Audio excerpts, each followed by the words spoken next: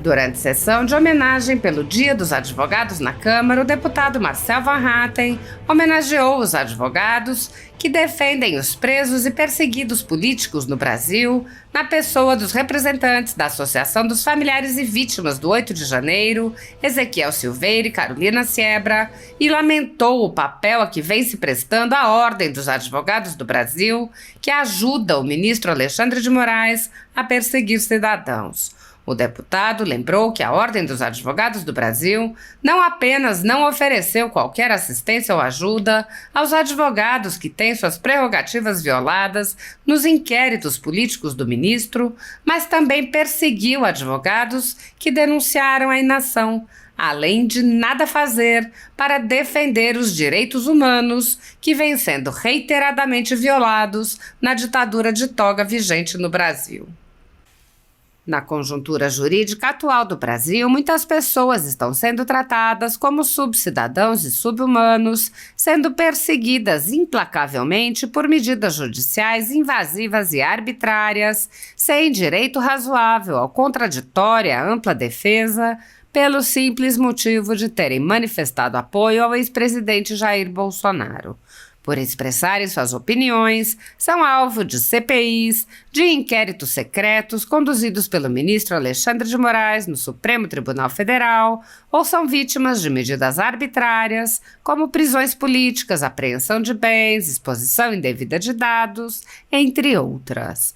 O ex-presidente Jair Bolsonaro chegou a advertir em um pronunciamento para uma manifestação da subprocuradora Lindor Araújo, da Procuradoria-Geral da República, que denunciou o uso da técnica da Fishing Expedition por parte do ministro Alexandre de Moraes.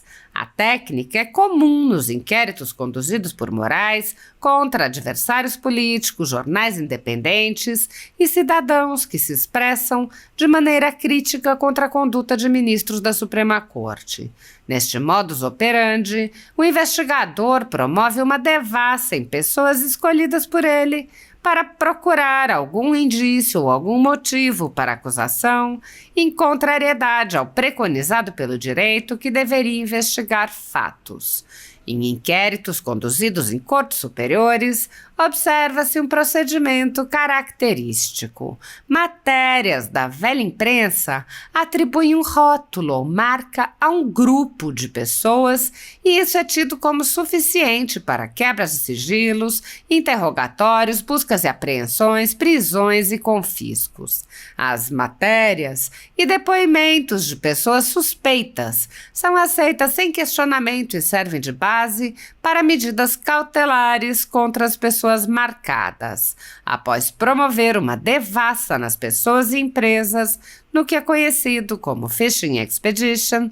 Os dados são vazados para a velha imprensa, que então promove um assassinato de reputações que dá causa a novas medidas abusivas. Conforme vários senadores já notaram, os procedimentos são comumente dirigidos aos veículos de imprensa independentes em evidente tentativa de eliminar a concorrência, controlar a informação e manipular a população brasileira. Os inquéritos são mantidos abertos por tempo indeterminado para continuarem a produzir seus efeitos devastadores sobre as vidas dos investigados que não têm meios para questionar as decisões. Em um inquérito administrativo no Tribunal Superior Eleitoral, seguindo esse tipo de procedimento, o ministro Luiz Felipe Salomão ordenou o confisco da renda de diversas pessoas, sites e canais conservadores, inclusive a Folha Política. A decisão recebeu elogios dos ministros Luiz Roberto Barroso, Alexandre de Moraes e Edson Fachin. E o inquérito passa de corregedor em corregedor, muitas vezes sem que a situação dos alvos seja sequer analisada. Após o ministro Luiz Felipe Salomão, já foram relatores do inquérito os ministros Mauro Campbell Marques e Benedito Gonçalves, e o atual relator é o ministro Raul Araújo. A decisão de Salomão não discrimina os conteúdos e atinge a totalidade da renda dos sites, com o objetivo de levar ao fechamento dos veículos por impossibilidade de gerar renda. Todos os nossos rendimentos de mais de 20 meses de trabalho são retidos sem base legal. Se você apoia o trabalho da Folha Política e pode ajudar a impedir o fechamento do jornal, doe qualquer valor à empresa Raposo Fernandes através do Pix, utilizando o QR Code que está visível na tela ou o código ajude@folhapolitica.org. Caso não utilize Pix, há a opção de transferência bancária para a conta da empresa Raposo Fernandes, disponível na descrição deste vídeo e no comentário fixado no topo. Há mais de 10 anos, a Folha Política vem mostrando os fatos da política brasileira e dando voz a pessoas que o cartel midiático quer calar. Pix ajude@folhapolitica.org.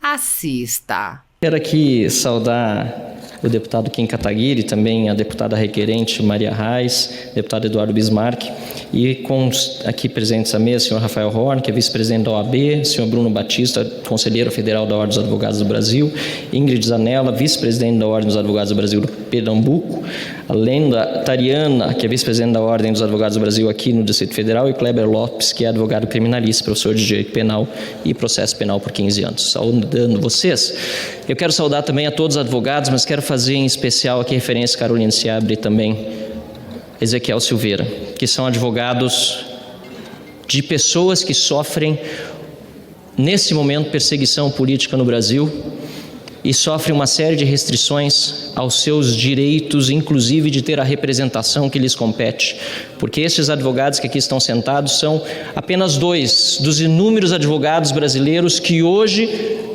não têm as suas prerrogativas respeitadas.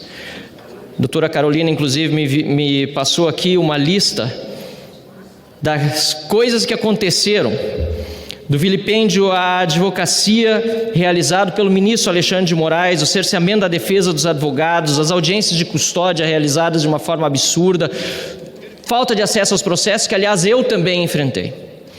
E quero aqui dizer que lamento muito que no momento que a Ordem dos Advogados do Brasil precisaria ter intervindo em favor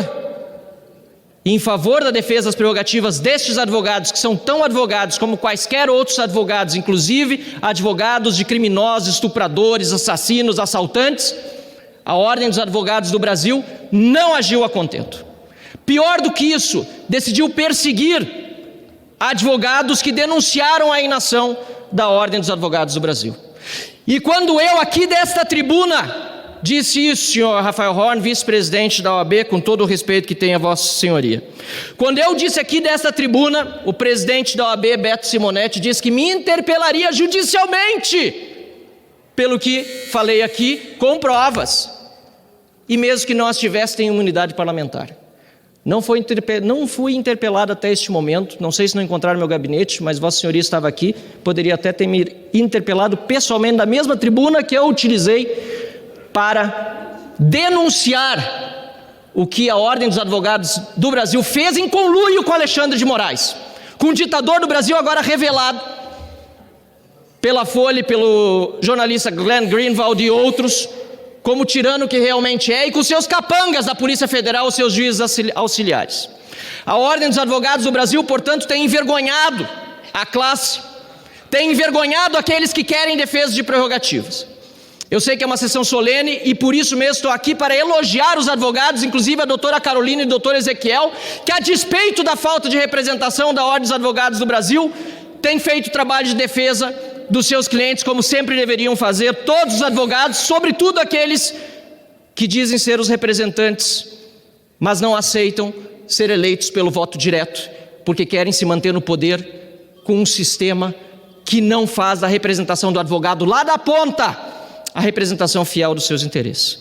Por isso, senhor deputado Kim Kataguiri, venho aqui e fiz questão de vir a essa sessão solene homenagear os advogados do Brasil, mas, infelizmente, repudiar a postura da Ordem dos Advogados do Brasil, que não tem agido a contento e à altura da história que representa no nosso país. É um desabafo, sim, e principalmente um desabafo de alguém que foi agredido pela Ordem dos Advogados do Brasil em matéria jornalística, dizendo que apesar da minha imunidade parlamentar iam me interpelar judicialmente.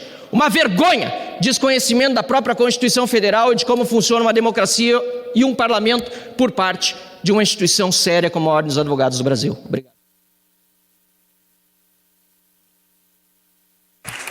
Obrigado. Quero cumprimentar em seu nome todos os componentes da mesa, parabenizar Vossa Excelência e a deputada Marília Reis por essa audiência pública. O exercício da advocacia talvez nunca foi tão importante como nesse momento em que o Brasil está passando.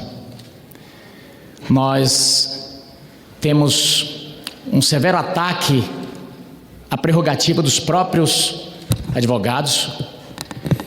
Nós temos um ataque forte à liberdade de expressão e nós temos a corrupção, o pior tipo de corrupção que tem, que é a corrupção da lei, da interpretação dela. E a isso o combate principal cabe aos advogados, que muitos deles já estão pagando caro pelo exercício da sua profissão. Tem advogados que estão sendo criminalizados, está sendo confundido a conduta dos clientes com o exercício da profissão do advogado. E eu diria que talvez poucas épocas do país, da história desse país, tenha havido tanto desrespeito ao exercício da advocacia.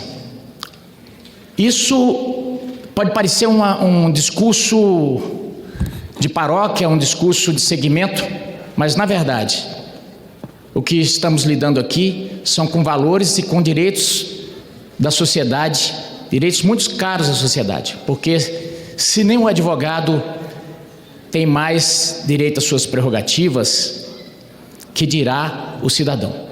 Tem um brocardo, se eu não me engano era de Pontes de Miranda, que dizia o seguinte: o habeas corpus está para a liberdade, assim como o bisturi do cirurgião está para a saúde.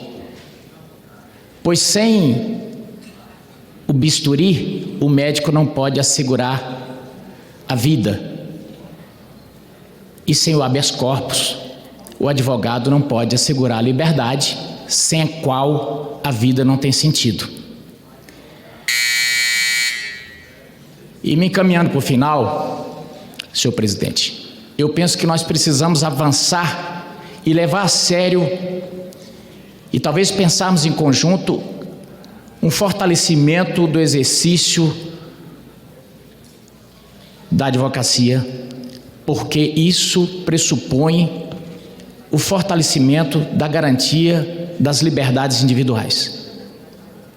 Eu sei que nesse momento de polarização política, muitos podem pensar que